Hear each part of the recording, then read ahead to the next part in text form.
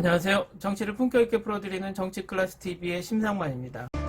오늘은 인도 언론에 올라온 최근 한국 드라마 헬바운드도 대세다란 제목의 기사와 태국 언론에 올라온 한국 소프트파워를 배우려는 태국 정부에 관한 기사까지 살펴보겠습니다. 먼저 인도 기사를 살펴보겠습니다. 부산행의 연상호 감독의 마곡간에서 태어난 지옥행은 오징어 게임 이후 전 세계적으로 주목받고 있습니다. 그들의 공통점은 무엇입니까? 둘 다 한국 드라마입니다. 1990년대부터 한류가 세계를 장악했고 한국 문화를 일컫는 중국어 단어인 한류도 있습니다. 우리는 한국 프로그램에 인기 있는 이유를 이해하려고 노력합니다. 한국 드라마만이 한국 드라마와 경쟁할 수 있습니다. 넷플릭스의 두 프로그램인 지옥과 오징어 게임을 예로 들어보겠습니다. 한국 드라마는 현재 인도의 인기 넷플릭스 차트 상위 10위 안에 있으며 각각 2위와 4위를 기록하고 있습니다. 디스토피아 공포 드라마 헬바운드는 11월 19일에 개봉되어 9월 17일 개봉 이후 꾸준히 차트를 지배했던 오징어 게임을 대체했습니다. 모든 플랫폼이 한국의 콘텐츠를 가지고 있지만 한국이 약속한 빅뱅 마켓의 혜택을 누리는 데 앞장서고 있는 것은 넷플릭스입니다. 하지만 기업은 기브앤테이크입니다. 그래서 넷플릭스는 2021년 넷플릭스의 대형 오리지널 제작 계획을 앞두고 서울 근교 경기도에서 파주시와 연천군에 한 개가 아닌 2개 제작시설을 공급해 수요를 충족시켰습니다. 인도인인 아누팜 프라티니도 시리즈에 출연한 오징어 게임은 많은 밈 영상이 주목을 일으켰습니다. 하나는 오징어 게임으로 세계가 한국 보석을 발견한 방법에 대한 비교였습니다. 그러나 전설은 부산행이 출시되었을 때부터 일어나고 있었음을 알고 있었습니다. 또 다른 SF 영화 정의가 제작 중이며 내년 개봉을 앞두고 있습니다. 강수현, 김현주, 류경수가 주연으로 출연합니다. 이 영화의 배경은 기후변화로 인해 지구가 사람이 살 수 없는 곳이 된 22세기입니다. 부산행, 반도, 지옥으로 한국 영화의 미래를 이끌어온 연상호 감독은 뇌복제와 인간을 닮은 용병 로봇을 주제로 다룹니다. 2021년 3월 한국 리메이크 종이의 집 출연진이 공개되었습니다. 이 드라마는 유지태가 출연하며 오징어 게임 박계수가 베를린 역을 맡습니다. 아누팜에 출연한 또 다른 작품은 2019년 넷플릭스 앤솔리지 시리즈 페르소나의 단역으로 한국의 저명한 감독들의 작품 4편을 모은 작품입니다. 그는 아람브라 궁전의 추억의 까메오와 푸른바다의 전설에서 조연 역할을 했습니다.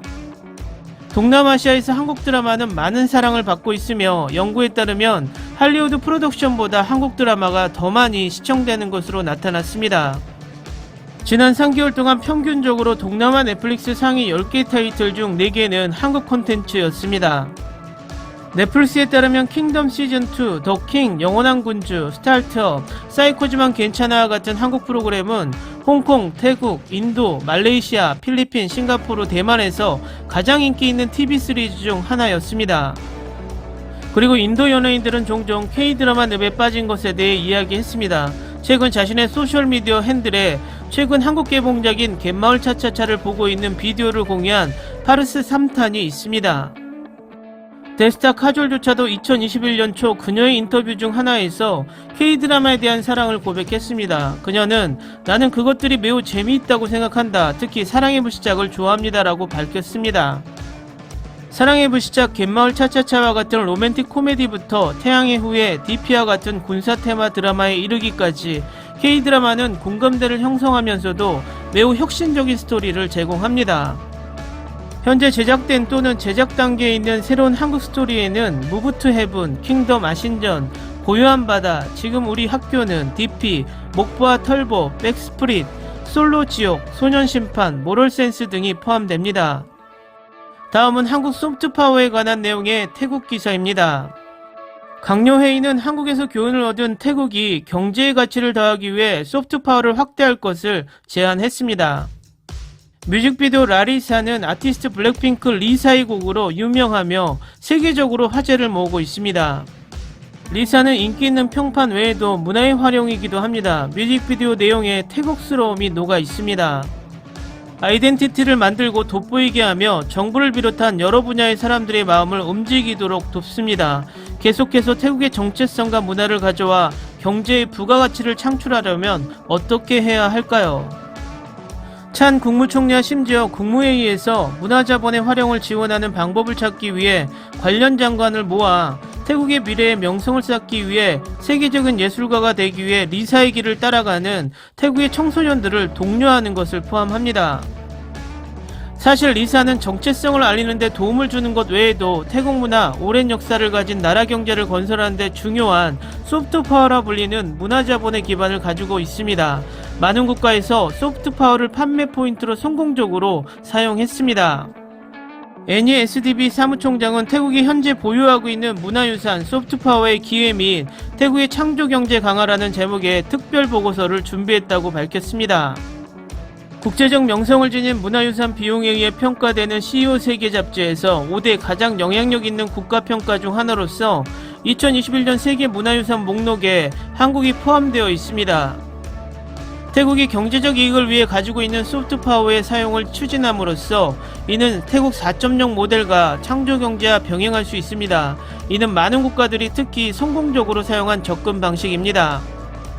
한국은 문화가치 및 외교정책과 관련된 경제정책 및 정책을 추진하기 위해 소프트파워를 채택한 국가입니다.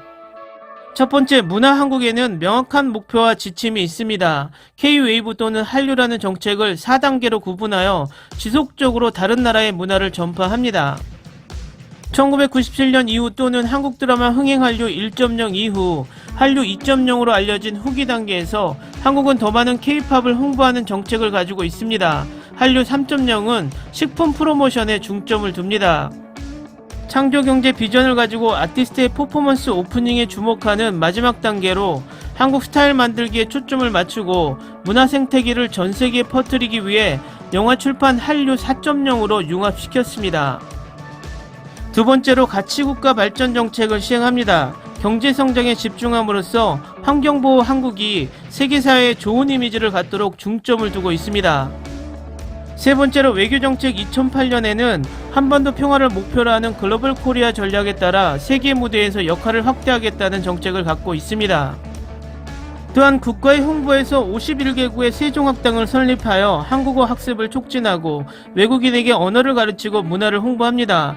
미술전, 청소년 교류 등 유학생을 위한 장학금 프로그램입니다. 한국은 또한 국가의 창조경제를 업그레이드하는 데 도움이 되는 여러가지 조치를 취하고 있습니다.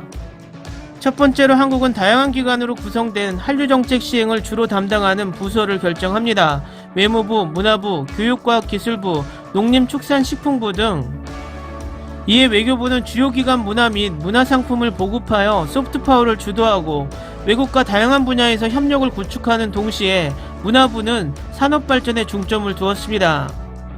두 번째로 다양한 정책과 지원을 통해 문화 신생기업에서 극장 및 영화 제작 산업을 주도하는 것과 같은 소프트파워 드라이브에 이르기까지 또는 한류 1.0 기간 동안 한국 정부는 아티스트 모집부터 지원 정책이 있었습니다. 이는 문화부 산하 한국문화콘텐츠진흥원에서 지원했습니다.